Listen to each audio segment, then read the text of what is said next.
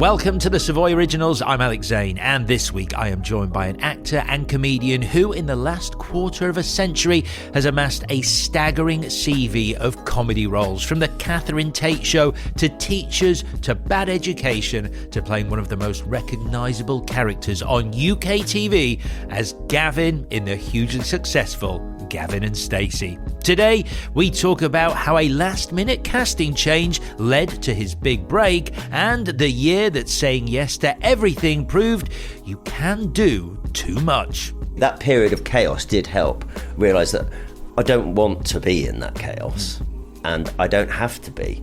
I'm not saying that 2009 was a gift, but I have to look at it positive in some way. It was a really difficult way to understand what I don't want. Yes, my guest today is the excellent Mathew Horne. That's all on this episode of the Savoy Originals. Mathew Horne, welcome. Here's to you, a true original. Thank you very much. Pleasure. The Savoy Originals is supported by Laurent-Perrier, one of the great innovators of the Champagne region. And as Mathew takes his place in our penthouse suite here at the Savoy, we are toasting his success with a bottle of Laurent-Perrier Heritage, their latest release, something you can do at the Savoy too. But let's get back to our Art Deco suite here at the Savoy.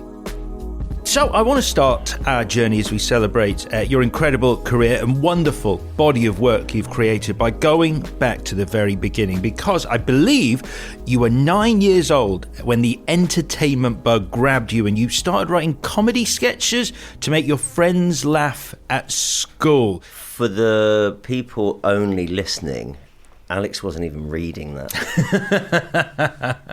He just knew that. That's how good I am. That is my gift. So good. Thank you. Well, firstly, can I say it's a pleasure to be interviewed by you again, Alex. And, thank you. Thank you for having me. That first incident, shall we say, that you refer to, I was 9 years old and I wrote a sketch for like a primary school review type thing, you know? And I wrote this sketch, and I'd never performed it for anybody. I distinctly remember the format of the sketch. I mean, for the purposes of this, I'm going to tell you what it was, because it can be cut out. But I will warn you, it is so funny that some of this tech might just fall apart. I'm on tenterhooks. It is incredible. Tell me. So it was a man, I played the man, watching a very important football match on his television. And there was lots of goals being scored. And he was being constantly badgered by somebody ringing his doorbell. Every time he went out to answer the door, when he'd come back, a goal had been scored. Now, I'm not joking. At 9 years old, that's a well-structured sketch. It's pretty good. I mean, I can't really remember the end. I mean, that's the age-old problem with sketches. How do you end it? And I don't remember that. But I remember coming back in, and there was something about my reaction, physically and vocally, I suppose, as well, that told the audience that I'd yet again missed an important piece of action. And they were laughing. So, of course, every time I did this, I just kind of added to it, and it got bigger and bigger and bigger, and it was just like a proper sort of slapstick, overwhelming thing, like I've been hit by a truck, that this had happened to me again. And, of course, the frustration built and built. And that came from having grown up with Laurel and Hardy and silent comedians, and the slapstick elements of that. And I'd sort of brought it very much up to date with it. Because I think it was probably the 1986 World Cup, which would have made me 8, actually. It's even funnier knowing that, isn't it? That was Mexico, is it Mexico? Yes, correct. Mexico, right? Yeah. Yes. So I think I was inspired by current events. And the laugh you got from the audience, like, that was a palpable moment. I could still hear it. But genuinely, like, I mean, I can still hear it. was it the response of having your peers laughing that suddenly made you go, wow, this is because, like, when I did stand-up for the first time, that first laugh you get from a room full of people is an irreplaceable feeling. It's an irreplaceable feeling, and it's a very addictive feeling. As you said, as you know, having done stand-up yourself, and we've done stand-up together on the circuit over 20 years ago, and you never forget that buzz. And I think probably aged 8 or 9 or whatever it was, I realised that I had this skill in the moment, and it was eliciting that reaction, and I wanted more of that. So the move into drama, because when you went to secondary school, I think you've actually described it's quite a horrible 18 months when you first went to secondary school, and that your mum helped you through. Why? First of all, before we talk about the drama department and what you discovered there, why was it so horrible? Do you know what? I still don't know to this day. It was very traumatic, that transition from primary school to secondary school, and I can't still... I'm sort of working on that and getting to find out, because I think it's important why I understand that. And before my mum passed away, I did talk to her at length about it, but there's something really fundamental that changed in me, and I was terrified making that shift, even though it was just, a sort of outskirts of a city, provincial secondary school. There was nothing particularly unusual about it. But that transition I really struggled with, and it was really challenging. And it was only really when I sort of found my people, if you like, in the drama room, that I found a place where I felt sort of safe, which is odd, because performing at that age, or being a performer and expressing yourself through the arts, is a really unsafe thing to do. Yeah. And it's odd that I found safety in that discomfort. And so the idea that it is the polar opposite for you, of going from feeling vulnerable to secure. Yeah, I guess in some ways maybe it was about acting and being somebody else. Right.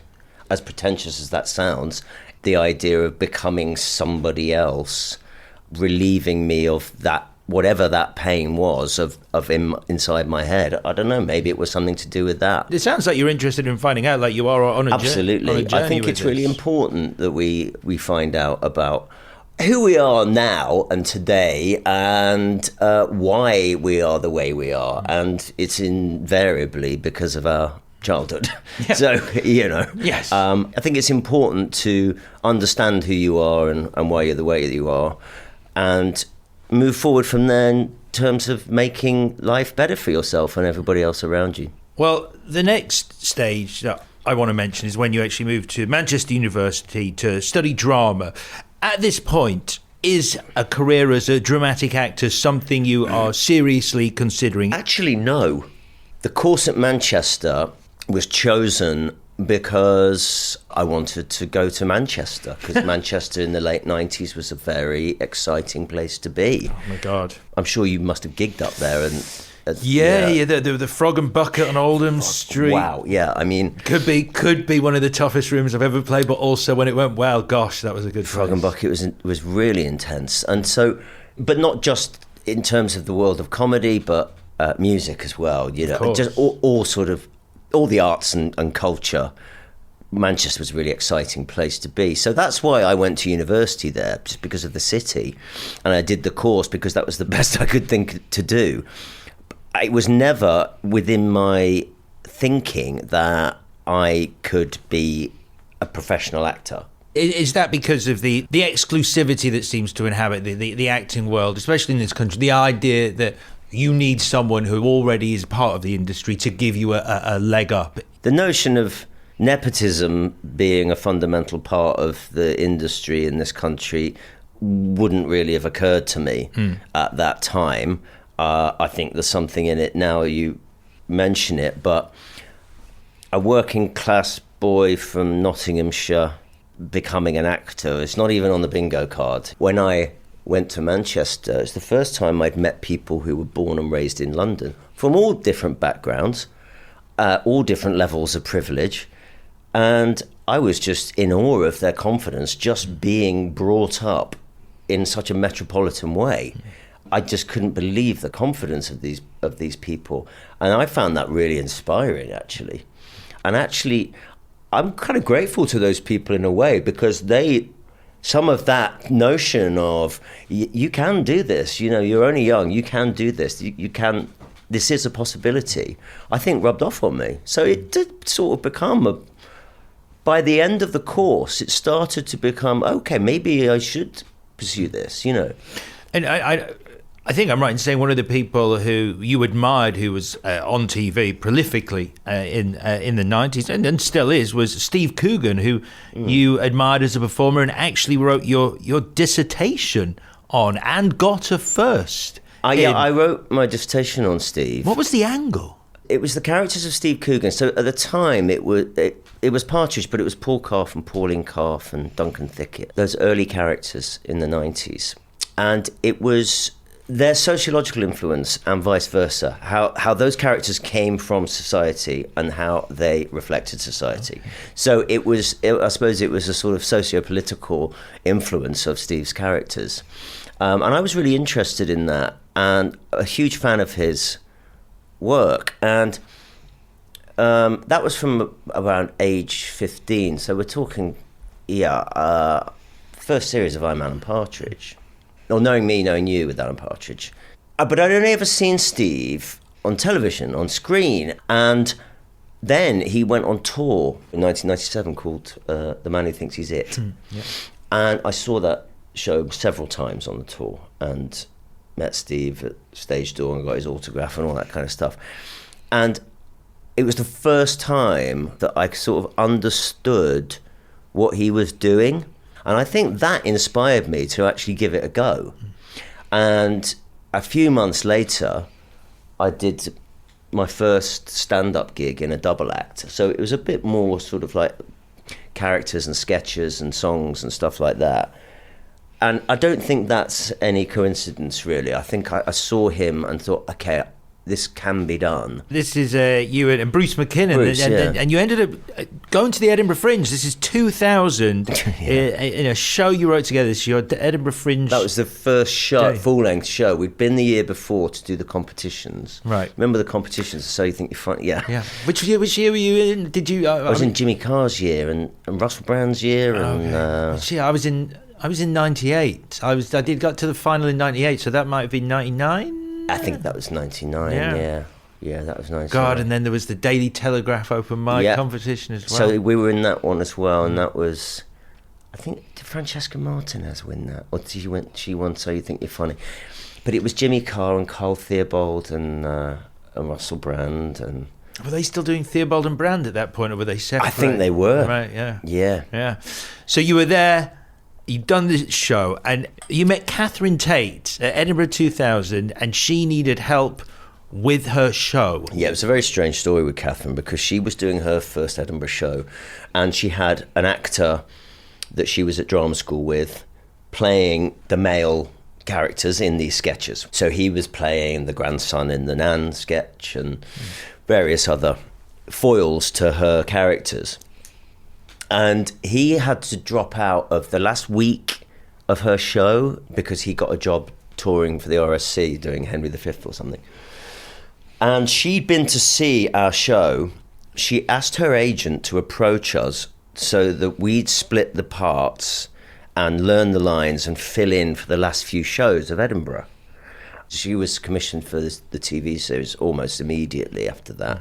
And a few months later, she'd brought us onto the writing and performing team on the TV show. I want to ask something that we ask every guest because, as you're fully aware, the entertainment industry is an unforgiving one. So as we sit here today, why do you think you have succeeded where others simply haven't? I don't really know. I mean, I've never had a plan or a strategy. I've just been very fortunate, I think. You know, I've met people who resent the implication that it's been luck and luck alone, like the idea that talent has played no part in getting where they are. And you're saying, you know, I've just been fortunate. I have been fortunate. I have worked really hard, but I've been able to work hard because of the gift of the opportunities that have been presented in front of me, and where they've come from, I don't know.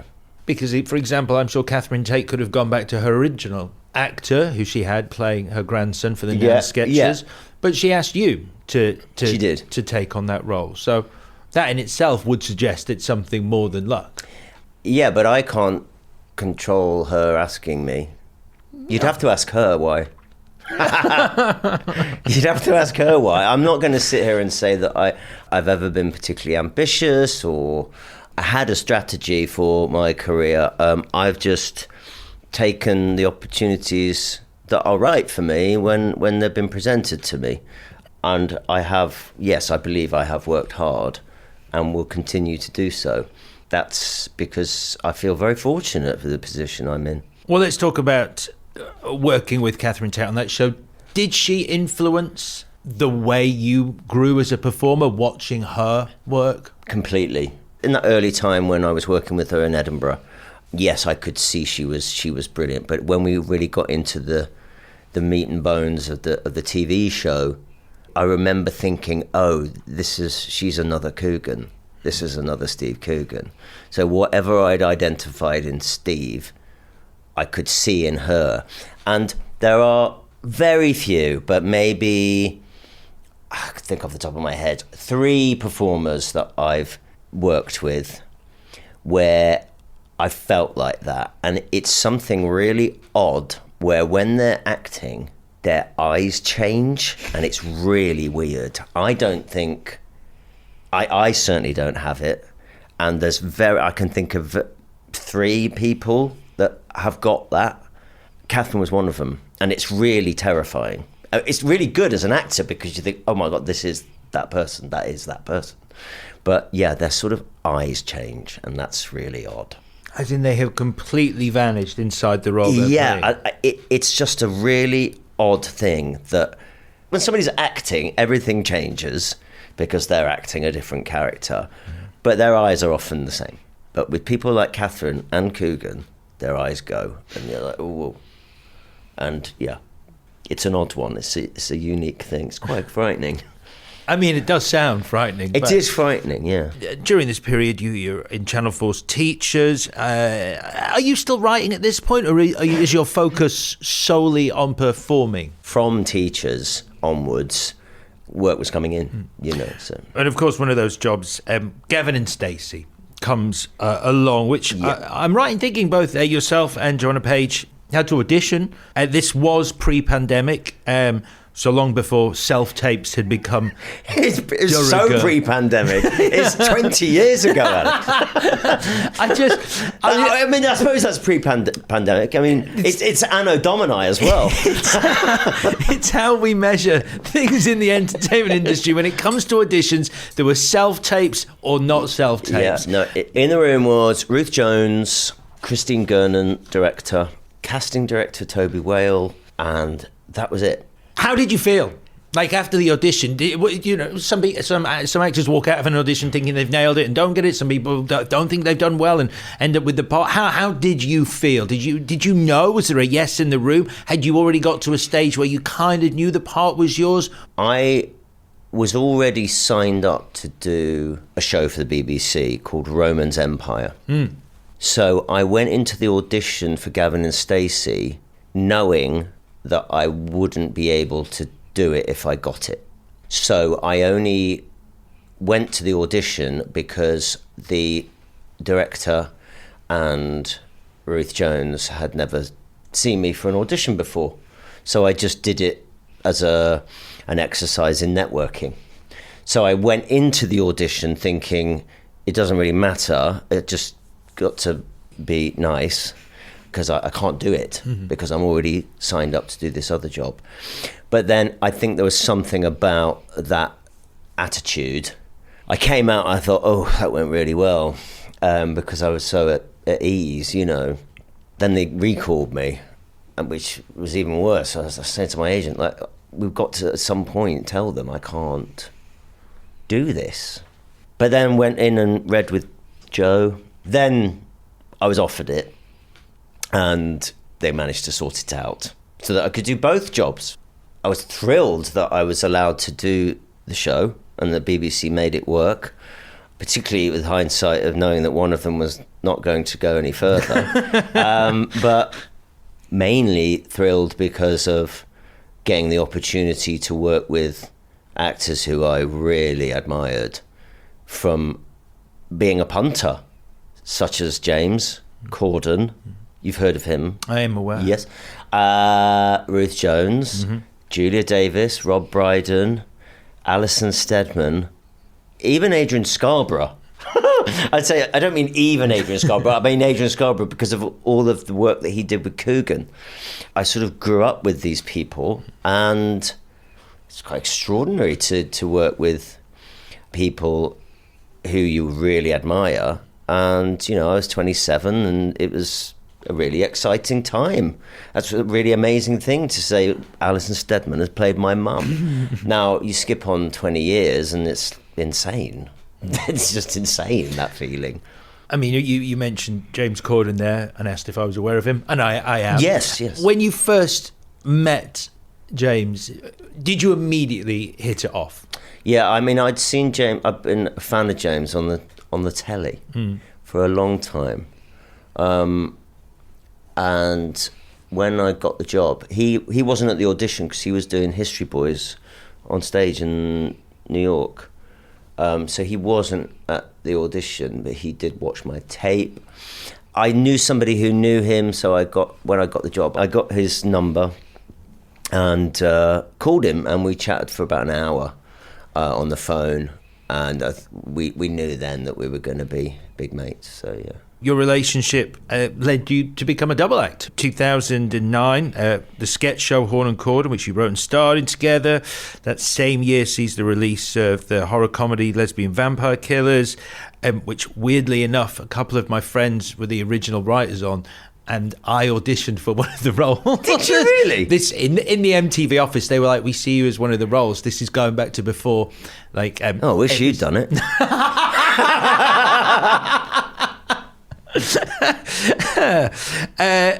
And then obviously the Brit Awards you hosted that year with Kylie. I mean, it's a lot, and you yourself, I think, have described it as a chaotic year in your life. Why was it so chaotic? It was chaotic because we didn't manage the situation as well as we could have done. All these opportunities were coming to us, and we didn't take our time to think about what the best thing to do was and the best way to do it. And I'm not saying the responsibility was all us. We did have people around us that perhaps could have helped us a bit more. But there was some self-mismanagement for both of us, and I think both of us would admit that. The thing is, yes, it was chaotic. Yes, it was overwhelming, and mistakes were made. But to dwell on that would seem really regressive now. So I don't mind talking about it now, but it does feel really regressive because I don't have any... It doesn't bring up any emotions particularly now. It's just something that happened, and it wasn't entirely good. It wasn't entirely bad either. I did get to do some really fun projects with my best mate, and that's a really nice thing. Well, do you know what I mean? Of course. And to look at that year on paper, I mean, who wouldn't be like, wow, this is going to be a hell of a year. We're doing the Brits. We've got a movie coming out. We've got our own sketch show. Yeah. You know, why would you think otherwise? I guess I'm sort of fascinated by the point at which you sort of go, this is a lot of us on TV this year, but there's no way of stopping it. These gigs are booked in, and you're on the roller coaster, and you know you can't just suddenly go, halfway through we're pulling out. Yeah, and you know they say, oh, you've been offered this, and they need to know tomorrow. So you know you don't have any time to actually sit down and think, okay, should we do this? Should we not do this? Or should we seek the assistance of someone else? Yeah, it's difficult. And hindsight is a wonderful thing, but it's just it was a wild and chaotic time. I'm glad it happened then, because I'm too old for it to happen now. I think that's a really interesting way of putting it. And I guess the last question I'll ask about that period is how much it influenced your decision of what you were going to do next, having sort of spent a year as part of, in inverted commas, a double act, doing these projects. Did you make an active decision? Because you returned to stage a lot at this point, and was it you wanting to sort of change the optics on how you were perceived and perhaps go back to being, look, I am an actor and this is what I do? I definitely think there was a bit of a reset and a rethinking of exactly what I wanted to do, and it was necessary to retreat at that point and concentrate on things that I really, really loved and really, really wanted to do creatively. And that was in the theatre, largely. There was stuff going on the telly consistently with Bad Education and Catherine Tate specials and various other bits and bobs here and there. But yeah, I really wanted to focus on, and I continue to do that today. So yeah, I think there was, but it wasn't a decision to go, okay, I'm going to change things. It just naturally happened. I mean, the press had enough of us anyway, so there's no way I was going to throw myself back into that.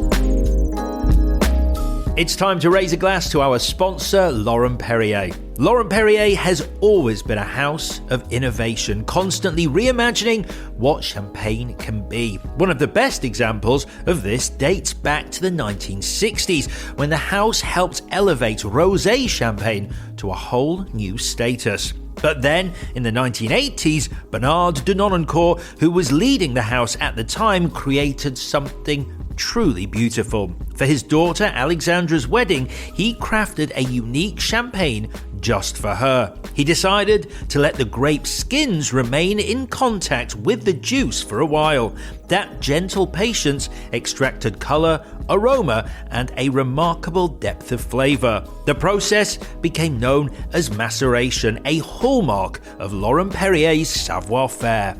The result was Alexandra Rosé Millésime, a cuvée that to this day sets the benchmark for vintage rosé champagne. And now, their latest release, Laurent-Perrier Héritage, continues the house's innovative approach. So here's to another example of Laurent-Perrier's remarkable savoir-faire and to savouring something extraordinary. Cheers. It seemed you entered a much calmer period for the next decade, where you were doing work that you enjoyed away from the hoopla that had existed in the year before. Yeah. I think it was the right thing to do. Just slow down and take some time over decisions and not just chase things and grab things where I could. Grab opportunities because they're there in front of you. Right? I needed to just take a bit of a step back. And then... I think that's what continued to right up until when I was 40, and I took a really big step back and I don't do anything. No, that's not true. No, it's not true. Yeah, it did help, actually. That period of chaos did help realise that I don't want to be in that chaos, and I don't have to be. I'm not saying that 2009 was a gift, but I have to look at it positive in some way, that it was a really difficult way to understand what I don't want. I want to ask you now something we ask all our guests, because you have traversed the entertainment landscape. You worked in film, TV, on stage, both in comedy and drama. You've played one of the most recognisable characters on TV. With all the experience and knowledge you now have, what do you think it takes to be original? To be original? Is that what this podcast is about? In part, yes.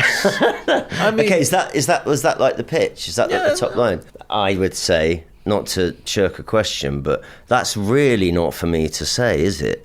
Because all work is derivative and influenced by things. But I suppose it's original because it's me, and I'm... there's never been another one of me, and there won't be again. So the many variables of the human condition makes one's output original, I suppose. I don't know how to answer that in a less pretentious way. Okay. Do you want to? I mean, I was doing one of my long pauses there in case you went, but I'll give it a go. Well, you want me to be more pretentious than this podcast? Oh my God, no! I gave you breathing space if you thought. Do you know what? No, I am. I'm gonna give it a shot. That's all that was. There was a little pause there, but no, that's a good answer, and that's a fine answer. I mean, we're all, we're all molecules, aren't we, that make up a unique thing. Now, for a lot of people, especially those trying to break into the industry, they can see work as being where happiness lays. The idea that success in job equals happiness. Is that how you felt at periods, and is that how you still feel? I was aware of a happiness that I'd never known when I did my first TV show, 20 Things to Do Before You're 30. I was 24. Again, that's another show that did not do well, but I saw that as a blessing. It's my first regular sort of ensemble lead in a TV show. And I remember being on that. So we were on the set for 13 weeks. And I just remember thinking, oh, I am so lucky and I'm so happy. And that exhilaration of being on a set, I still get today, really. It's amazing to be part on a film or TV set and be part of a group of people working as a team to make this one product and being a contributor in that. There's something really exhilarating about that, and going back to that feeling of that notion is unattainable to me as aged 15, aged 8, aged 17, whatever. To be able to do that still today, hopefully sometime in the future, is really amazing. I'll never forget it, and I'm sure you share it as well. It is a very unique thing. I mean, I feel it now. I don't know about you guys, but it's electric. It's an unquantifiable thing, and that never goes away, really. I guess one of the most electrifying, or I think as you described it, emotionally charged sets you've ever been on, and I know we touched on it earlier, but the very final episode of Gavin and Stacey ever, which obviously just aired at Christmas. Why was it so emotionally charged? What were the reasons? Because Gavin and Stacey was always filmed away in Cardiff. I say away, but most of the cast live in London. And you're away from home for several weeks, sometimes months, and you are together from very, very early in the morning, and depending on your propensity for socialising, till quite late at night, both at work and at play. And you become a sort of family, and you have your sort of family dynamic amongst people. You have your siblings and you have your parental figures, and it becomes very much a family thing.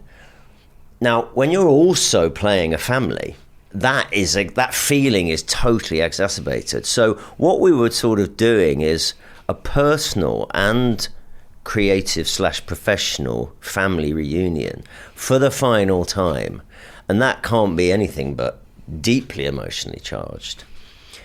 So you couple that with the fact that this is the best script I've ever read, and I can't wait for people to see the finale of this show.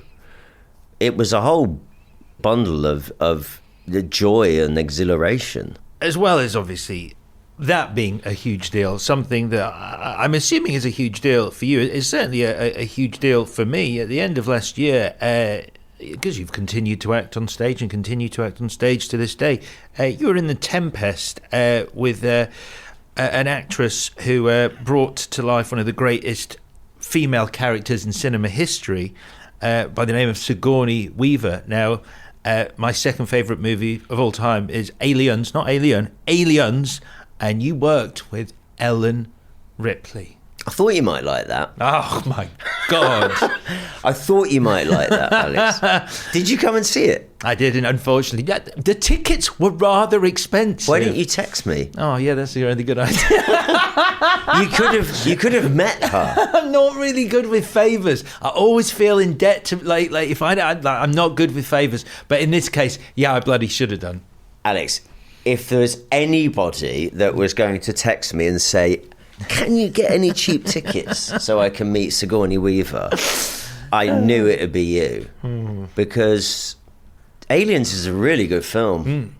As is Alien, as is a lot of her work. How was it working alongside her? I mean, you love these movies as well. Of course. Did it feel like special? I mean, or is it? It felt really special. Of course, it did. It was incredible. Jamie Lloyd, the director, who I've worked with before, I did a play with him a few years ago. He's got a bit of a kind of name for himself in casting quite significant Hollywood names. And I've stayed in touch with him over the years as this has accelerated. When it was announced that she was doing The Tempest, I texted him and I said, "You're being ridiculous now. Sigourney Weaver, come on." Anyway, he didn't reply. I thought, oh, he's offended. But then 3 weeks later, I got offered a role in it, and I was just overjoyed. And this was just before we started filming Gavin and Stacey. So I was like, oh, wow, what a year. What an amazing year. And I am so lucky.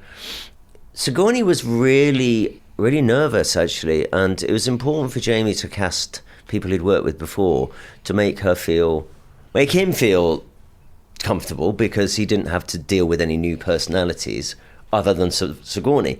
So he hired people that he'd worked with before, so that it felt like a real company feel, and that she felt supported and she felt safe and stuff like that. So, but she was really, because a lot of the stuff that I mean, she's not been on stage for 30 years, but a lot of the stuff that we do in the theatre here, they don't do in America. So all those kind of silly games you hear about, like throwing a hacky sack around and the numbers game and all that kind of stuff, they don't do that in the States. So she loved it. So when we do rehearsals, and it starts with like a load of movement work and games of tag and things like that, she's straight in there. You felt like, not that she wasn't in the room, because of course she is incredibly charismatic and really enigmatic and very tall. And she was the tallest person in the room. So that's, and it's Ripley in the room, you know, it's crazy. But that kind of dissipated quite quickly, and people felt it felt very even quite quickly. So on a serious note, my mum made me watch Aliens. I say made me. I was thrilled to be watching Aliens at 9 years old, because she wanted me to see a strong female role model on screen, which I got the chance to tell Sigourney Weaver during an interview once, and she went, "Your mum sounds like a very wise woman," which I was like, that's amazing. But I believe your mum instilled similar values in you when you were a kid. She was very proactive in that sense. Yeah, and I saw a lot of my mum in Sigourney Weaver, actually. It was really strange seeing her up close, because my mum had a very sort of small, dainty face and was very pretty. And I saw a lot of my mum in her. We're almost out of time, but we do have 3 very quick-fire questions to end our lovely time together, Mathew Horne. And the first one is, well, we've made our way through a tiny portion of your achievements today. What is the thing in your career you are most proud of? The thing I'm most proud of in my career is Gavin and Stacey. Tell me the most valuable skill you've ever learnt through your work, the one that's changed your way of doing things. Listening. Because if you listen, you're safe. Finally, do you want to elaborate on that? How do you mean? This is a quick-fire section, I know, but I am interested in how. Okay, well, you can always cut it out. So if you worried about forgetting your lines when you're on stage or on TV, if you're listening, you will not necessarily remember your line, but you'll know what it's sort of vaguely meant to be, because you'll have heard what's just been said. And that sort of will serve you in social situations as well, and interviews. The best interviewers are the ones that listen, aren't they, Alex? Very good. You set them up. I'll knock them out. Right, finally, the last question. Can you give one piece of advice to someone wanting to follow in your footsteps? Listen. There you go. Matthew Drink Horne. Go on. Perrier's, what is it? Laurent-Perrier. Drink Laurent-Perrier. Matthew Horne, it's been a pleasure. Thank you. Thank you. Thanks. Lovely talking to you. Lovely talking to you as always. And that is it. Thank you to our producer Matt Hill at Rethink Audio, to our sponsor Laurent-Perrier, and of course to Mathew Horne for coming in today. Join me again next week when we'll be opening the Savoy's Little Black Book to welcome another celebrated guest and ask them what it takes to be a true original. Until then, follow us on Apple, Spotify, or wherever you get your podcasts. Bye-bye for now.